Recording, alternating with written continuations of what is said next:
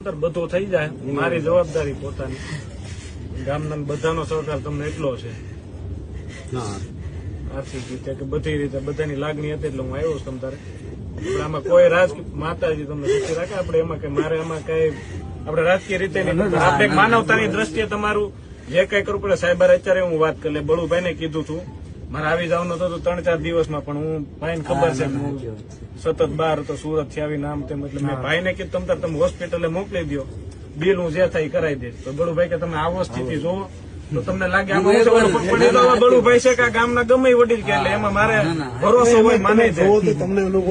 તમે વડીલો ઉપર ભરોસો હોય ને એટલે તમે કેતા હોય એમાં બીજી મારે કઈ વિચારવાનું ફોન આવ્યો એટલે મેં તમને એ કીધું ભાઈ બળુભાઈ કે વડીલ તમે કહો સરપંચ કહો એટલે મારા માટે એ બધું માન્ય જ હોય તમે કેતો થઈ જશે